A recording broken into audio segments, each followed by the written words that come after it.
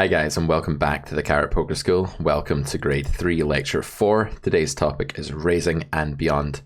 What do I mean by beyond? Well, I mean, let's build a raising range on the flop and then think about how we play that after we get called.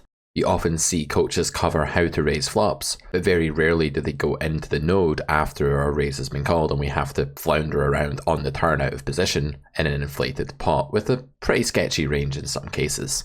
Today we're going to be compartmentalizing our raising game on the flop into 5 bands of hands with which we can raise, and then we'll be looking at how to handle them on the turn after we get action. Let's get into it. The first thing we want to do is map out the 5 constituent parts of any healthy flop check raise range. There are 5 main classes of hand that we want to consider raising a c-bet with. I would think of these hands as eligible. They don't have to raise a c-bet, but they should be considered as candidates. First off, we have a thick value region. These combos are going to be extremely nutted. Their equity is going to be pushing something incredibly high, like 90%, 80% depending on how many draws are available to the opponent on the flop, but overall these are hands that if they inflate the pot and cause a narrowing effect in the opponent's range, they're still going to be incredibly happy, being entitled to the vast majority of a much bigger pot against a stronger range after we've raised and been called. These hands are typically things like sets, on dry textures, maybe 2 pair, possibly something like a flush or a straight on a wetter texture where more of these hands are possible. Thin value region is going to be in the vicinity of top pair decent kicker, top pair backdoor flush draw, this sort of thing, mediocre overpair to a low board, this type of hand. These are hands that are probably entitled to more 70% of the pot, 75, something of this nature. They may be akin to the tier 2 region that we discussed when we considered making bets. Though the tier system is best used on the turn and river, we can think of these hands when we face a flop c-bet as thin value raises. They will still be ahead when called. They're not mandatory raises anymore though, and the reason for that is that they just don't have as high an investment ceiling, meaning that the eventual amount of money that you want to throw into the pot is not going to be so big that you have to start building necessarily just now. That said, you do want to raise these hands at a certain frequency because by also having thin value raises on the flop, you'll up your overall raise frequency, you'll be allowed to use more bluffs without your strategy becoming over bluffed, and thus you'll be able to disincentivize people from doing things like range betting flops they're not meant to range bet, or just getting too loose with their c-bets. If you don't build enough raises into your flop strategy throughout the 5 regions of your range that we're about to look at, you're going to incentivize your opponents to play a very lazy and profitable range bet strategy, even on boards where a solver would say that that could cost some EV in theory. Thirdly, we have a high EV bluff region. This refers to holdings that have quite a lot of nut potential. The pinnacle of these is obviously stuff like nut flush draws and combo draws, but also things like open-end straight draws and good gutters. Maybe a nut shot, aka a gut shot to the nuts, or something of that nature with good pair draw could also qualify as a high EV bluff. These hands, while they benefit tremendously from fold equity because they get their opponent to fold made hands or ace high, king high that have possibly 40 to 50% equity against them, maybe more, they also do really well when called, and they're going to be entitled to lots of big pots on certain runouts. The reason you want to inflate pots with hands like this is not that it makes your range really weak and really balanced, you do have to use lower EV bluffs as well, but that these hands just perform tremendously well in giant pots due to their ability to leapfrog your opponent's bluff catchers, the overpairs, top pair, etc. by making flushes, straights, etc. on future runouts. These are hands you want to have at a high frequency, but of course you just want to mix these. Unlike the thick value region, the thin value region and the high EV bluff region are usually just going to be mixed between call and raise. You want these hands in both ranges. When you're constructing a raising range against a relatively merged flop betting range, meaning the player is betting a large percentage of their range or is betting mediocre hands at a reasonable frequency, then you're going to also want some hybrid raises. Hybrids derive their EV from all 3 taps in the betting sink, to use the metaphor we introduced in Grade 2 Lecture 6 when we covered reasons for betting or raising. The hybrid region is usually a made hand that is quite vulnerable but has some redraw. Classic examples are things like low pairs with low kickers. While these hands are vulnerable and benefit very much from making their opponent fold what's usually going to be a 2-over card combo, they're also going to have 5 outs to redraw to 2-pair or trips, as well as just get called by some worse hands. There really are elements of everything going on here, and sometimes you can even be making your opponent fold a bigger pair or the same pair with a bigger kicker by raising one of these hands, depending on the texture and the pre-flop range versus range matchup. Fifthly, and finally, we have low EV bluffs. These are really important and they're a staple of any healthy flop raising range. A low EV bluff could be something like a naked pair draw with backdoors and overcards. It could be something like a bad gut shot or mediocre gut shot. It could even just be something like an unmade hand with multiple backdoors and undercards to the top pair. Low EV bluffs are essential because they force your opponent to continue much wider. If you were to build a raising range with only the first 3 or 4 groups, what would happen is that your c-betting opponent would actually not be incentivized to continue with any middle-of-the-road bluff catcher type holdings. If they were able to fold all of those hands without being punished, what would happen is that you wouldn't be using enough bad hands to take advantage of that, and your good hands would be massively impacted by getting called at a lesser frequency and thus reducing their EV. All of these things are component parts of a raising range. If I had to say what I think the most common leaks are in range building when it comes to raising flop c-bets in my student community, I would say that people probably don't find enough of boxes 2, 4, or 5. While I think people are quite versed in raising the high EV bluff region and the thick value region, I think people miss thin value bets quite a lot here, thin value raises quite a lot here, as well as hybrids, which often just fall by the wayside, and low EV bluffs, which feel a little bit gross to raise, and you can easily go wrong by succumbing to the better bluffs fallacy, where you're on the flop with some minimal equity hand that would constitute a low EV bluff, let's say 2 overcards and a backdoor flush draw, and you decide not to raise it because you could have better hands. These are not better bluffing EV choices. There is no difference between the bluffing EV between a high EV bluff and a low EV bluff, meaning that the difference between raise and call is the same in each case, it's 0. High EV bluffs have higher EV regardless of what they do, and lower EV bluffs have lower EV regardless of what they do. But that's not a reason to prefer Group 3 to Group 5. You should have both in each of your ranges, call and raise. With Group 5, they'll often become so close in EV that they're verging on 0 EV, and in these cases we may even be mixing call, fold, and raise, or even just raise with fold, in cases where the hands don't have enough robustness to call. We have this rough scale of how much of the pot these hands will be entitled to. This is of course not in equity, but in EV. We wouldn't have a hand with 300% equity, that's impossible, but a thick value region hand can easily be entitled to 300% of what starts off as a very small pot and could grow to be a much larger one in future. It's very important to note that we're not fazed by the fact that our low EV bluffs and hybrids are entitled to not very much of the pot. We don't want to be falling victim to the linearization pitfall that we discussed in grade 1 and just raising from the top down, so do remember to include these holdings in your range. As I say, the more thin value region hands you include, the more often you'll be able to include hands like hybrids and low EV bluffs.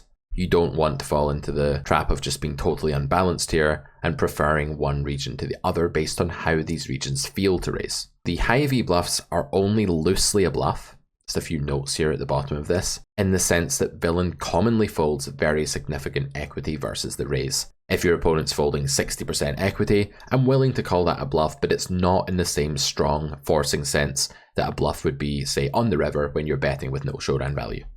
The hybrid region, region number 4, combines reasons, mainly value and extreme denial, meaning that when we get fold equity, because it's still really early in the hand, villain is often folding a hand with quite a lot of equity. The denial is worth a lot more on the flop than it usually would be on the turn. The lower the EV of call and the more useful the fold equity, the closer a hand will get to qualifying as a hybrid raise. That's why we'll often see the lower pairs, which are more vulnerable, with the lower kickers, which make the hand more vulnerable still, choosing to raise as hybrids, whereas things like pocket pairs, second pairs, and low pairs with big kickers will more often prefer call. When it comes to the low EV bluff region, these hands might be plus EV. In other cases, they're just dead on 0. That means that they can mix fold and raise, or sometimes mix all 3 options. We don't want to fold hands that are 0 EV all the time. While we can fold them, we also want to throw these into our bluff raise range sometimes in order to bring down the EV of our raising range, which counterintuitively is actually a good idea because it allows your thick value region and thin value region to gain more EV with no expense because you're not losing anything by raising a low EV bluff.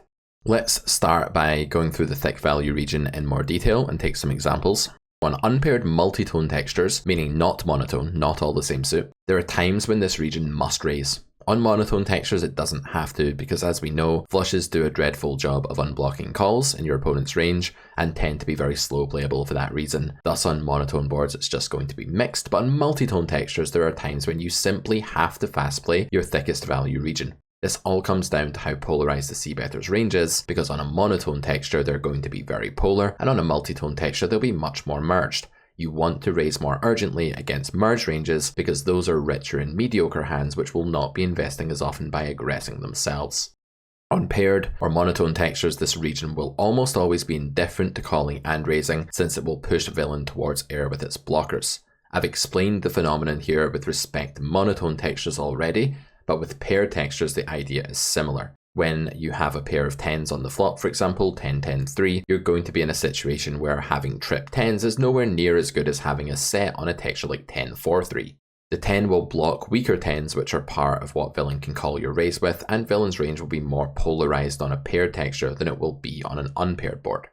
Let's have a look at case A, pure raises on unpaired or multi-tone textures. When we face a range bet, that's the R33, remember this means villain is never checking anything, and we're big blind against button, pocket fours is an absolutely mandatory raise, but furthermore it's a huge EV loss not to raise. Dropping from 322% pot down to 296% pot by slow playing here is going to be a big mistake and something you need to avoid. This is blunder territory. The reason for this is the urgency to inflate the pot and reach the investment ceiling for your hand's equity and EV is actually much higher out of position when you're facing a bet, but it's higher in position when you have the chance to bet. The reason for this phenomenon is that in position, if you check, you'll go straight to the next street, but out of position, if you check, you get the chance to check raise. Thus, it's not so urgent to bet when you are the would-be better. However, when you're facing a bet, should you just call out of position, you will end up procedurally checking the turn to your opponent, and then we can end up on the river with no further pot inflation. This can be a disaster for a hand like fours, which actually unblocks hands that our opponent is going to continue to our raise. Case B is mixed raising on an unpaired or multi-tone texture. This time villain is sized up to B75. The more polarized your opponent's range and the closer they're getting you towards your investment ceiling for your hand through their bet sizing, the less urgent it then becomes for you to raise. Because this more polarized range will consist of more hands that are just folding to the raise anyway, or continuing to value bet or semi-bluff later, you're going to be able to extract just as much EV by calling as raising here, and the EVs are the same. You'll see that I've displayed pocket fours in terms of frequency this time. That's to illustrate the fact that you should still usually raise if you want to concoct a roughly balanced strategy. The idea with this is that you do want to apply a lot of pressure to a C-bet range in general. This allows you to bluff raise more frequently and just makes it less good for your opponent to exploit you by betting too often. In case C, we have a mixed raise on a paired flop. This time we're facing an R33 BB versus BU. Jack 7 is a texture that's quite polarizing, and here the pocket 7s play a very bizarre blocker role. While normally this hand on a multi-tone texture would be a raise, the exception is when the flop is paired like this. What's happening here is that villain's range is incredibly polarized by the pairing of this flop. While the jack is unblocked by our hand, so too are the bluffs in our opponent's range, which are going to be firing future streets at high frequency. What this means is that our hand has polarizing blockers. By blocking the middle of our opponent's range, i.e. the 7, we make less abundant the hands that would only invest by calling and would be likely to check back on the turn. Given that our blockers reduce our opponent's turn check frequency, it becomes much more likely that we continue to face future aggression with this holding, making the hand viable for slow playing even though the opponent has bet a very merged range on a dry texture in a wide range configuration. Note this blocker pattern, it's an important one to remember. Polarizing versus condensing blockers, as we discussed back in lecture 5 of grade 2. Case D concerns raising on monotone textures, and as we can see, even hands as strong as ace-5 here are not going to be pure raising. So we can formulate the rule that on monotone textures, even the thick value hands will mix. On textures that are drier or multi-tone, we're going to see these pure raise, with the exception of some paired textures like Jack 7. That's the rule. As villain sizing goes up, we can say that the hand becomes less of an important raise immediately.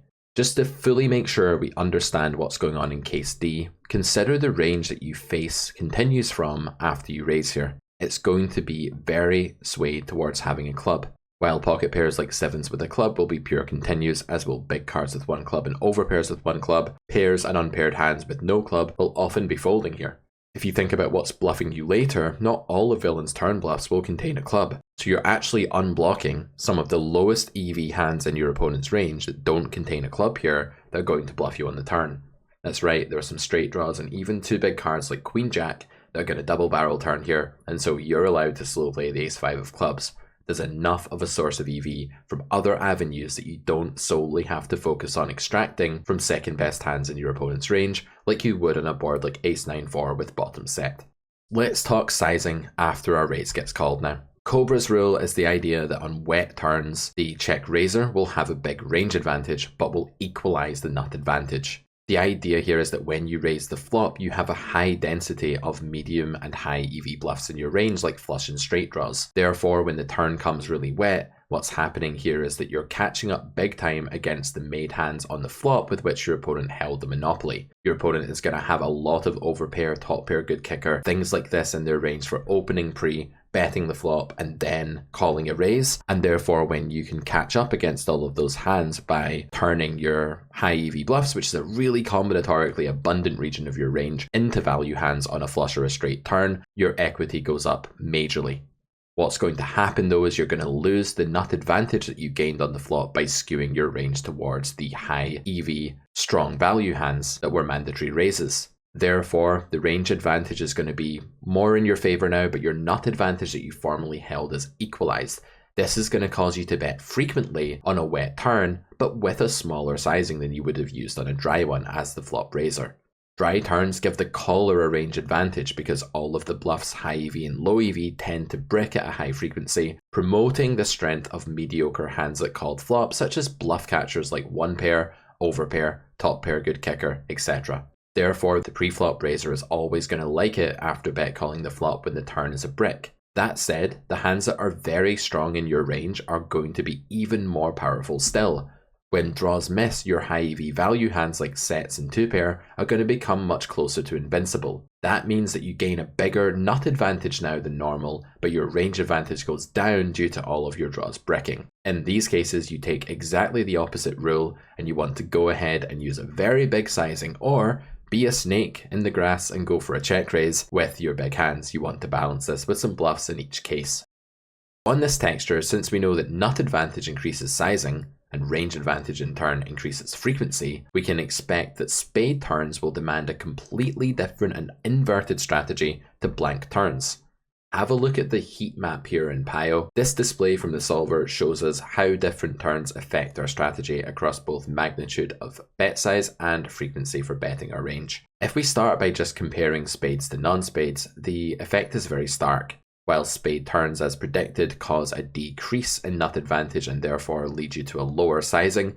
If you've done the Carrot Poker School's previous grades, you'll know by now that all of the lighter colours, the closer they are to yellow, are going to indicate smaller bets, and the closer we get to purple is going to indicate an increase in bet sizing. So on spade turns, we're literally betting all of our range on every spade, but we're doing so for a B33, the lowest size in our toolkit. This makes perfect sense because our opponent's formerly condensed range has been repolarized by these spade turns. That's going to allow for some raising on their behalf when we bet small, so we don't have to worry about losing value with our good hands in that sense. Moreover, we're not going to hold the nut advantage, so if we do start bombing, we're going to start filtering our opponent quite strongly and suddenly towards spade hands, and even maybe hands like ace king with a spade, kings with a spade, etc. But either way, there's going to be a big dichotomy in villain's range where hands like the ace 3 of clubs begin folding at a very high frequency, and hands like pair plus flush draw and flush begin just pure calling. What that's going to mean is that we don't reduce the EV of villain's hands to zero in an efficient way, because while we may make it unprofitable for villain to defend a hand like queens no spade or ace 7 of hearts, we're not going to be giving ourselves a good price in doing that. On a brick turn, we may have to go very big to make those hands indifferent, and so that's going to be efficient. But on a spade turn, we're simply going to squander extra money when bluffing against the top of our opponent's range, overpaying for the fold equity we get against the bad stuff. When your opponent's range gets polarized, this is the number one GTO effect that you need to be aware of, and it's the main thing that links nut advantage to bet size in GTO. We can observe some other phenomena here as well. Things like a 9 or an ace are particularly bad for us. The reason for this is that we just don't raise those cards very often compared to how often villain bets and then calls with them. Those cards are right up villain's alley, and we can also say that they reduce the combos of 2-pair and sets in our range to some extent, depending on the preflop configuration. A few other things we might want to observe here is which turns can we overbet on and which ones do we just use big bets on. The reason that something like a queen or a king is just a big bet and not an overbet using a less purple shade there is because villain is going to 2-pair up and set up on these turns much more often than we're going to. We 3-bet ace, queen, ace, king, kings, queens pre-flop, we don't call with them, and we wouldn't raise something like queens on the flop even if we had it. Therefore, it's villain that actually becomes a little bit more polarized than previously on those cards, so while they don't have the massive bold effect that the spades have, they do cause our sizing to go down somewhat. Finally, looking at turns on which we go massive, these are going to be things like a 4, on which our hybrids become trips and become incredibly strong. Many of our hybrid raises on this node will be 4, 6, 4, 3, 5, 4, and those hands are going to love that 4. They're going to leapfrog all of the bluff catchers in your opponent's range. Something like a deuce or a 3 or a 5 is also overbettable. Firstly, because you have a monopoly on hands like 5-3 that can make straights on some of those turns, but secondly, because they're largely a brick for your opponent and just preserve the nut advantage of your 2-pair plus region. We can summarize by saying the greater the extent to which your thick value raises from the flop have been preserved on the turn, the bigger your sizing is going to be, but the lower your frequency is going to be because these are going to be bricks that don't help your draw region. The other side of that is that when the turn is wet and it demotes your nut advantage, it's actually going to be really good for your range as a whole, so you want to bet really often and at a high frequency. You could easily get deluded by looking at this heat map into thinking that in spots where you want to bet small, you want to bet often, and in spots where you want to bet big, you want to bet infrequently. This, again, like we saw in grade 2, would be mistaking correlation for cause. Range advantage and nut advantage are separate determining factors to our frequency and sizing respectively, and we need to remember to consider them separately. Sizing doesn't cause frequency, and frequency doesn't cause sizing. They're merely correlated, and you will observe patterns where frequent bets are made more often, but this is because in most spots where we have a big range advantage, we don't have such a big nut advantage. It's correlation. Let's have a look at the Range Explorer now to make sure that we understand how different textures can affect the turn composition of our range in these spots after we've raised flop and then landed on the turn having been called. On a dry 3-tone texture, meaning there are 3 different suits available, we've gone ahead on the left hand side here and raised a range bet on ace 9-4. Villain has continued. On the right, we've raised it on the same flop, but this time the turn has come much more impactfully for ranges shaking things up completely. On the left, what we observe, and obviously here the in position range is the red one and out of position is green, what we see is that the in position range is largely ahead of the out of position range, causing out of position to have to check fold a lot, to give up a lot, and respect the fact that they're at a range disadvantage and out of position. This is going to mean they have to be fairly selective with bluffing, rejecting their lowest EV bluffs, which we'll come to as a rule in a second, and mainly favouring just betting with thick value hands and bluffs that still have a lot of EV.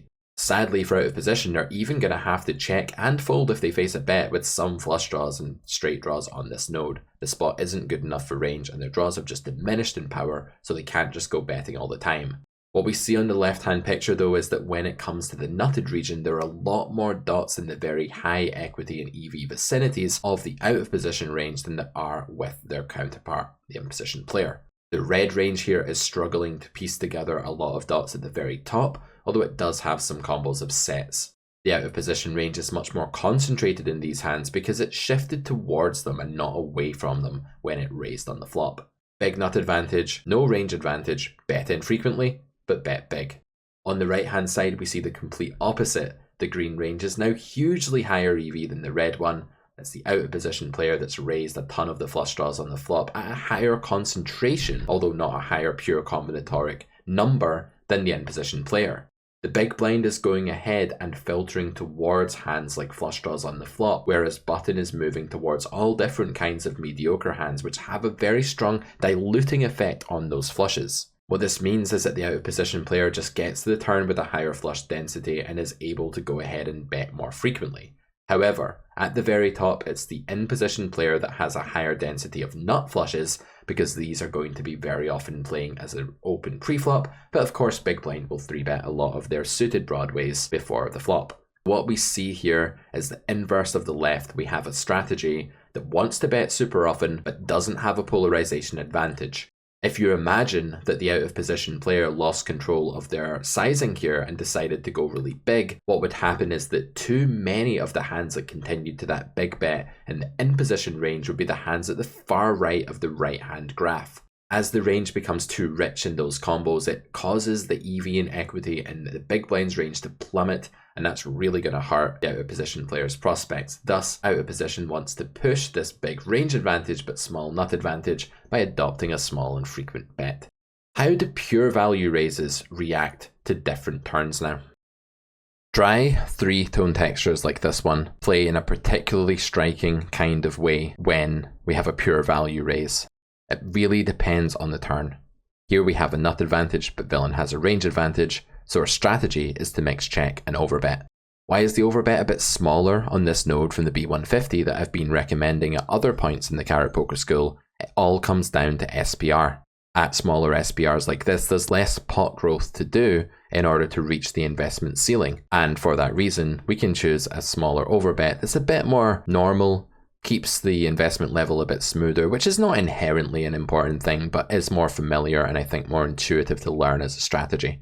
Here we can also check though, when we have our pure value raises here, our high EV hands from the flop, we can go for a check raise. The idea is that because our range is now at a big disadvantage, villain will be opening for a small bet or medium sized bet quite often after we check. Thus, the old adage that when you can check raise, you don't have to bet applies here, and we can slow play a few of our really good hands. However, when we have a hand that completely unblocks villain's calling range by not having a 9 or an ace, we're going to go ahead and bet.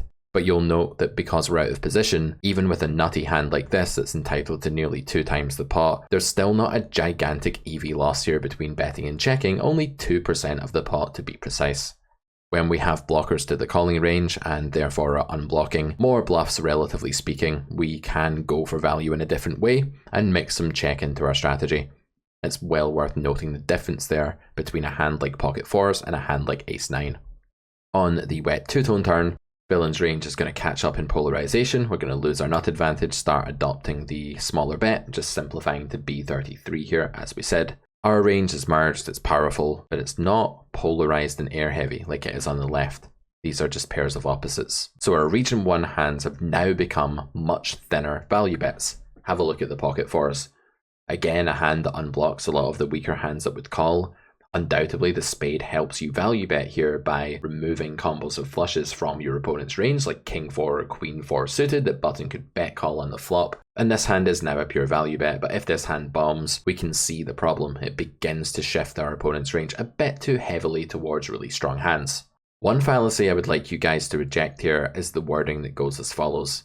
I often hear students say, if I bet really big with fours, he'll only call me with better. This is an absurd thing to say, and I don't think people realize just how silly it sounds when they say something like this. It really is, as you can tell from my tone, one of my pet peeves. It's not that we don't get called by worse hands here when we overbet, we absolutely do, but we don't want to because we don't get called by enough of them in relation to the better hands that call us. We might even be a favourite against the range that calls us after we overbet, but we're not enough of one to make that a better sizing than a small bet. We'll also get bluff raised sometimes when we go small, but not really when we go big, so it's worth pointing that out as an extra source of EV when we have a flusher set. Another thing I will say about the set here is that part of the value of this hand and part of the reason why it's such a powerful holding is its ability to bolt up on the river. On the 3 flush turn, the fact that you can actually cooler flushes, and I don't really like that word as you guys probably know, but you get what I'm saying. Flushes are going to lose big pots to us often when the board pairs on the river, and the fact that we have those 10 outs to quads or a boat collectively are part and parcel of our value betting function on the turn with this hand. Let's talk now about the thin value region. We'll start on the flop and again have a look at what happens to it on some different turns. Our thin value region is made up of hands with less equity and therefore less urgency to build the pot. If they have a lower investment ceiling, they don't have to inflate the pot as much or approach that ceiling as quickly. Just like if you have to travel a certain amount of distance, you don't have to set off as soon if it's just a small journey. So these hands have a small journey towards the eventual pot size that they crave to build.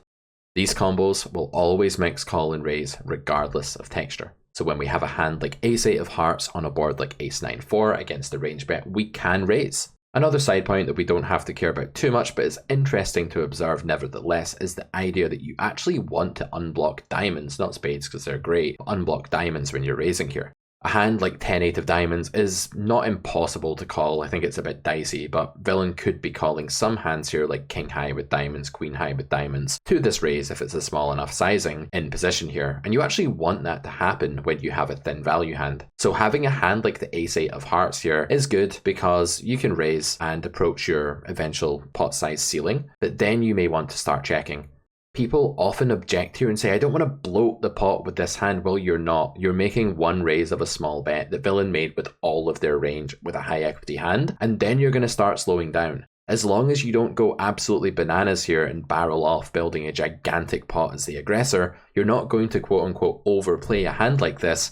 The only way you can do that is by continuing to aggress after this bet gets called. Needless to say then, on the turn with this category of hand, we're often going to slow down and start playing our hand for small bets or checks.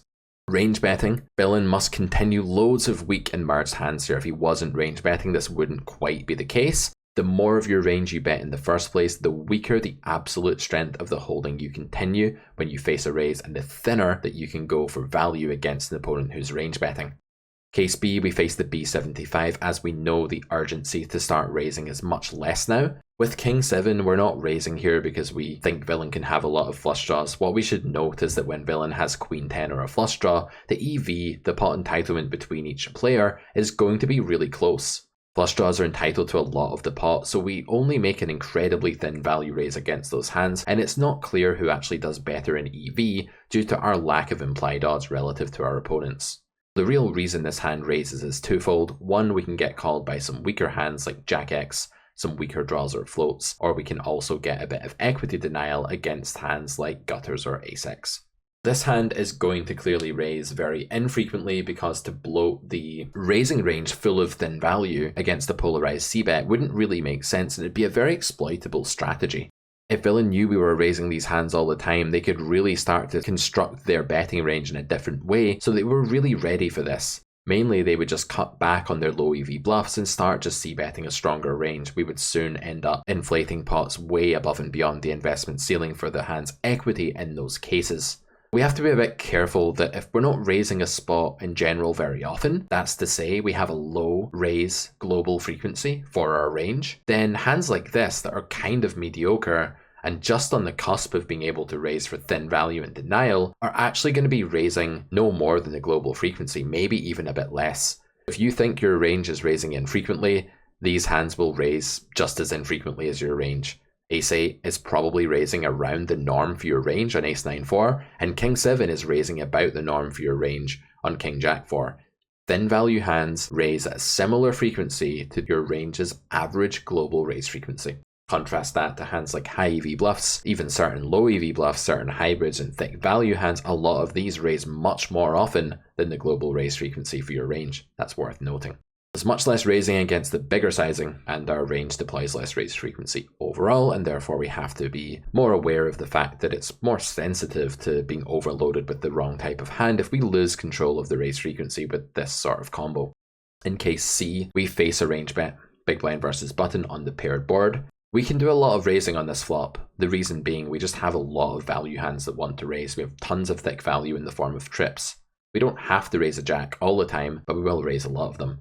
Meanwhile, villain's range is pretty merged when they bet all of their range, though it's less merged than it could be on some other textures. With a hand like 9s here, there's enough of an argument for making a thin value raise. We get useful fold equity, and we have decent equity when called.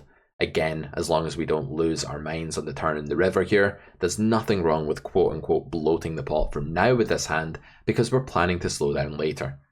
We don't mind investing against bets later, depending on the runout and how good a bluff catcher we have. The only thing we object to is doing loads of betting on future streets ourselves with what will become a mediocre hand. Here, obviously, denial is playing a large role in us wanting to make this raise in the first place. We wouldn't want to raise 9s here if the fold equity was useless. And finally, the monotone texture 10-6-4, we are raising a hand like 6-4 here.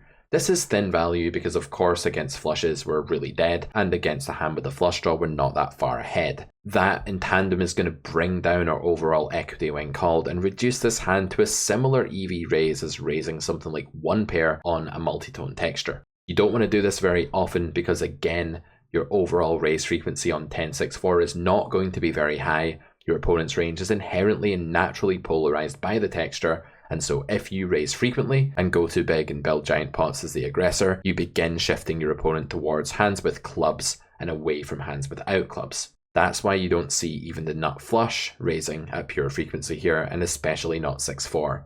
Again, this hand is probably raising somewhere around the global raise frequency for range, maybe a bit more, but not much more. I think our range is probably only raising about 7 or 8% or something on this board, maybe less actually. Again, we're removing continues here and unblocking bluffs. It's just really hard on this texture to have a value hand that doesn't block a lot of continuing hands. There's some. You can have a value hand like pocket fours here, which is one of the better ones for unblocking the continues, but even that's not nutted, you know. Monotone boards are really just a different beast altogether. How do thin value hands react now to different turns? On a blank turn, if we raise the pocket nines in this spot, for example, we're going to just have an average strength hand. We do remain far more polarized than the villain does on this turn, because the villain has way more mediocre hands like ace king, ace queen, ace 10, pocket kings, pocket eights, etc. than we do. But villain's range is still fairly polarized given that Jack X is just so much better than all the other regions. Whenever villain has a Jack, they're just going to have a really good hand. Therefore our toolkit is not really going to deploy overbets in the same way that it would in a blank turn in this sort of texture. Here I'd be mixing these two lines, B75 with check, depending on the strength of my hand. As we're thinking about thin value hands for now, pocket nines, given we're not building the block bet, which if you look at the EV would be barely viable, we're not going to be big betting that hand. If we did, we would expect a pretty firm EV loss. In other words, this hand was tier 2/3 on the flop and then it dropped to being tier 4. A tier 4 hand can't invest for value and it's certainly too good to bluff. On a wet turn like the 10, this is quite interesting. So the polarization gap between the two ranges closes, and Cobra's rule said that we should bet smaller when this happens. But this isn't a flush turn. It's not a turn that absolutely nails all of our bluffs, and it's a reasonable turn for a lot of villain's range as well. Therefore, it's not going to be a range bet like the 3 flush turn was in the heat map that we looked at before. And here we're going to be using the smaller sizing due to the closing of the polarization gap that occurs on a turn like a 10, where our Jack X combos, which we moved heavily towards when we raised the flop, have been negated. So we mix B33 with check, and we can expect our opponent with a freshly repolarized range to do some raising here when we bet small, and again, we're not that worried about losing value. I think one of the biggest mistakes people make here is just playing their hand without thinking about the needs of their range in all of these spots. It doesn't really make sense to build a small bet on the left. Your value region is just really strong, and if it's worth betting bigger, although not over betting since the Jack is so prevalent in villain's range too. But on the right hand side, it's not even really worth even building the B75 anymore, and I think B33 is a more sensible option for range. Here, nines actually becomes a hybrid. Hybrid is a bit worse than tier 4. Note how this hand has been degraded here, and when it bets, it can get called by some weaker hands like ace king, ace queen, diamonds. It can get folds from some better hands, possibly. What would those be? I'm not so sure, but it's not unreasonable that villain could have a hand like ace 10 of hearts here, and if we bet large they could fold. I think if we're just using B33, we can't really claim to get folds from better, I don't think. But we can certainly get a lot of denial in this case, like if villain is folding a hand like 2 big cards or whatever, then that's useful. So this hand is like super thin value / denial, it's a mixed bag. In position we would just check here because check is so much better when you're realizing all of your equity, but I think out of position it's perfectly reasonable to mix some bet in with this hand because check isn't so great anyway. I think if you're betting big here you must be getting some folds from stronger hands, some frequency. Our high EV bluff region now is made up of hands with many outs to high equity holdings. These hands aren't really bluffs in the classic sense, and they can have very high pot entitlement. They should be seen as something like a value bluff hybrid, for example, or maybe an extreme denial hand. Case A is where we're facing the range bet on this texture, and we go for a raise 70% of the time. Roughly, it looks like maybe 80% of the time with a hand like Queen 8 of spades. You don't always want to raise this hand. It doesn't gain EV by raising. Its bluffing EV here is 0 because call and bluff have the same pot share. But you do, of course, want to raise this hand at a high frequency to keep the pressure up against this merged range and allow you to raise more often globally. These hands will observe the global raise frequency for your range and they will always raise more than it. Hands entitled to the majority of the pot are value raises. These ones just get very useful fold equity, so you could even see this hand as a thin value raise that gets extremely useful fold equity. That's why you want to raise it at a decent frequency. Case B concerns facing the bigger bet again on the more favourable texture, I guess, for your opponent's range. Villain's going to have a lot of strong hands here, but that doesn't mean that we don't still want to build some kind of raise frequency. Obviously, this hand is going to have a higher raise frequency than our global range raise frequency. Whenever I say global, I just mean the average raise frequency with our range in any given spot. And that's going to be lower here because we're facing the B75. A6 is actually raising really often by raising about 40% of the time if you consider how infrequently the rest of our range will be raising. This hand is raising way more than the mean. In case C, we've actually found a pure raise here in the solver, the 10-9 of hearts. This hand is a little bit frail, it's very nutted, it's got backdoor stuff, it unblocks the dead suit that's betting all the time here because villain is range betting, that's spades by the way, and so it does raise always. Calling is not a giant mistake, it'd be okay to call, but yeah, you should be raising a hand like this at an extremely high frequency because it's combining a frailty, not having showdown value, with a lot of EV and ability to survive in big pots and even thrive and win giant pots sometimes on straight making cards. We should also note that the 10 and the 9 are pair draws here against much of villain's showdown value region like 6s or ace king, and so they're not irrelevant either. We have more raises on paired boards than any other vague texture.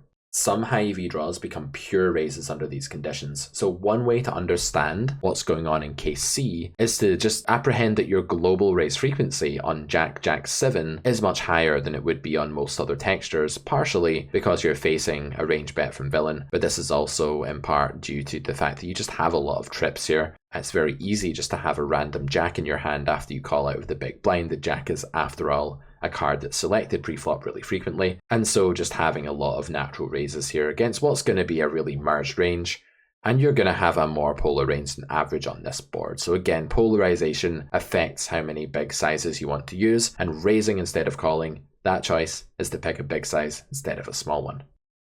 In case D, we face the B33 on the monotone board, and we can see now that we have this high EV bluff, king of clubs, 9 of spades. This hand's only raising about 28% of the time at a guess here, looking at the horizontal bar, but that's loads considering that our range will be single digits here for global frequency. We don't want to raise a lot on a monotone board because there just isn't as much of a polarization advantage here with our strong hands as we have on Jack-7. Moreover, as I say, we're going to be blocking a lot of continues here on this texture, and so this hand, by raising this often, is actually choosing a really aggressive frequency. You do still want to call this hand, you can bluff later. It's okay that you don't have a ton of showdown value right now because you still have the river node to bluff if the board runs out blank. That's okay, you can delay your aggression here, you can do it right away, but because your range mostly wants to delay aggression here and let the opponent continue barreling terrible hands on the turn, then it's correct to slow play this one most of the time, just as you would be doing with the rest of your range. Hands are sensitive to the needs and wants of your range where they're indifferent. If a hand prefers one line to another, it doesn't care what your range wants, it's going to pick the line that's best, but very often on the flop, on polarizing situations, basically case B and case D, where villain has used a big sizing in the former and just has a naturally polarized range in the latter, you just don't want to raise as often. Case A and case C, there'll be a lot more raising and a lot more pure raises in your range. And finally, we can observe that our pot entitlement here, which is about 50% pot, makes this more of a value bluff or a mixed bag of reasons for raising than it does a pure bluff. You can see why humans end up under bluffing when their thought process goes, I want to raise bluffs such as king of clubs, 9 of spades. Where are the lower EV hands? You know, where are the straight draws? Where are the gutters? You need to have some of these too. Let's move on to discuss how high EV bluffs react then to different turns. On the brick turn, we know that we can continue bluffing. We need to have standards here. It's a bad spot for range, so we need to be a little bit nitpicky about what hands we follow through with here. That said, our flush draws or our queen 10 or high EV hands, especially with heart blockers, are still going to feel pretty good about bluffing. But when we suffer this turn card, our range does move into an unfavorable world. So we're going to mix B75 and check here. The only reason we're not overbetting this node is that you'll note that the flop c-bet was already big, so when we raised it, we moved quite hugely towards our investment ceiling, i.e. getting stacks in with a set or two pair already. So we don't really need to worry about going for an overbet at this SPR, though it wouldn't be a mistake either. We have a low betting frequency here globally, which means that even hands like the ace-6 of hearts, they're not going to bet all the time. This hand is an okay check call. It does beat all of your opponent's open-enders, gutters, lower flush draws, most of their bluffs. Therefore, you're going to be able to show down and win, even in some branches where you brick the flush draw. The common mistake here is to see this hand as just a pure draw. That's not what's going on. This is a showdown value bluff catcher, and it's one of the best bluff catchers imaginable with the two hearts. On the wet turn, you're going to do way more betting. We've already seen this, so when you get here with a high EV bluff, you're going to go ahead and bet frequently. Here the solver says, you know what, just don't check anything. This is a really great world for your range big blind. Go ahead and range bet. You can, as we've seen in Cobra's rule, range bet the turn when flushes get there after raising the flop polarized. Here out of position's EV is a whopping 65.48% pot. That's absolutely huge, but it makes perfect sense when you think about all the unique combos of pocket aces, king X, jack X, etc., ace queen in the buttons range that have actually been devalued by this card. What you'll note here is that if we remove the bigger bet just to stay along the same lines that we've already outlined and simplify our strategy to something more familiar and easily implementable, then we don't really lose any EV at all. This drop in EV that we see by removing one of the actions, it's too small to matter and it's only theoretical. In the real world, our range EV will be different anyway, and it's quite possible that our EV is just better with a bigger bet, better with a smaller bet, depending on how our opponent happens to be deviating themselves from an equilibrium strategy. Sometimes both players deviate in a way that just happens to suit one player over the other, and it's not intentional. Humans don't play perfect GTO. That doesn't make learning GTO useless, of course not, or you wouldn't be watching this course, but it does mean that we don't need to care about these tiny little fluctuations and take them as something literal. That's the biggest mistake I see from amateur solver users. They look up an EV and think it directly applies to them. It doesn't. We can simplify this spot to B33 without any sort of headache. I think this is totally fine. Let's move on now to the hybrid region and see what happens to that. Our hybrid region comprises marginal made hands, which tend to share the property that they benefit a lot from fold equity and retain decent equity when their raise is called. One of the sub-reasons for raising a hybrid hand on the flop is value, and some of that value comes from having a made hand already. Other parts of it are actually derived from improving to two-pair trips, backdoor straight, backdoor flush, and winning a big pot there. The more vulnerable these hands are, due to having lower kickers or lower pairs, the more often they will opt to raise relative to the global strategy. Therefore, something like 4-3 is raising a lot more than the global frequency of about 20% because it's a low pair with 5-out redraw with a vulnerable kicker that just means that villains' 2 overcard combos are more abundant. If we had a hand like King 4 of clubs, we wouldn't really be doing much raising here, even against a range bet. And the idea there is that the king is no longer a card we need to fear, but it's actually a card we want villain to stick around and hit with something like King 10. Therefore, we don't benefit as much from fold equity and can quote-unquote slow play our hand. Fold equity is fully denial based here. There's no element of bluffing because upon range betting, you're not even meant to fold a pair here, like pocket 5s is not viable. You can fold 3s or 4s, but the button player is not allowed to fold a bigger pair in this spot. If this was something like under the gun against big blind though, we would see under the gun folding like 6s or 7s here because they'd be much further down their range than they would be on the button. Therefore, this actually becomes a three-way hybrid when you're against an early position player because you're getting value, you're bluffing, and you're getting denial at the same time. All of the taps are flowing in the betting sink. Case B, we face the bigger bet. This time ace 4 is still doing some raising. You'll note that the EV of calling this hand has been reduced to near zero, coming in at only 3.82% pot. The bigger your opponent goes, the worse calling will get, and the closer to a three-way mix a bottom pair type hand will become. If you play a hand like this against UTG or hijack, the hand will be even worse, and you may even start to see some mixes between all three options, raise 4x, call, and fold. This hand unblocks a lot of villains bet folds, so that's one good thing about it. A lot of the mediocre pocket pairs and random cards are not going to be a 4 here. The ace does block some folds, so it's not great, but it is the ace of diamonds, and that's a hand that's going to unblock the most. We wouldn't raise a hand like queen 4 here. This hand is just not as good. It's losing EV by raising because it doesn't have as strong an overcard here. Hitting the ace is much better than hitting the queen because fewer straights are possible on the ace turn than they are on the queen. We wouldn't raise a hand like Queen 4 here against B75, we're just being a bit more selective. I dare say that against a smaller bet, we might actually just be calling Ace 4 and raising hands like 6-4, 5-4 because the calling EV would shoot up a bit more. Case C, we face a R33. This is the board on which we're doing the most raising against range bet because our range is the most polarized on this texture and we have the most thick value hands. Raising deuces makes a lot of sense once you see Villain's reaction to this raise. It might look alien at first glance, but Villain is meant to call a ton of unpaired hands here. Again, there is no bluff element to this raise because Villain is not going to be folding anything better than a pair of deuces here, not yet anyway, and so this hand is basically just garnering its EV from value and denial.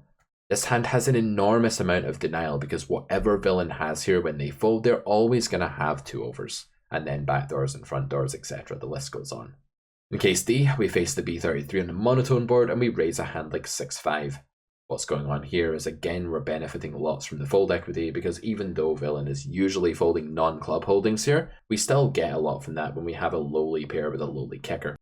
Again, the low kicker makes the hand vulnerable enough to hybrid raise. You wouldn't see as much raising with a hand like Jack 6, King 6, Queen 6 in this spot. When we raise a hybrid and land on the turn, it gets tricky because we end up with this hand that's actually quite bad in a spot where our range is mostly polarized, but we have this weird mediocre hand still. Let's have a look at this spot. 10-6-4, Jack comes on the turn, and we've gone ahead and raised something like 6-5. This is a neutral spot for range because the monotone board is just okay for us. It neutralizes a lot of the things right away on the flop. It's not like Ace 7 Deuce Rainbow that's just great for the button. But what happens is that our EV plummets at this point with this hand. This hand is now very far down our range. Hybrids will very often become bluffs on worsening cards for their equity. That's right, because this spot's not bad for your range, you don't just have club X here in straight draws, you can also bluff some weird 5-out hands. And by 5-outs I mean 5-outs against a hand like Kings, or Ace 10 or King Jack, like 6-5.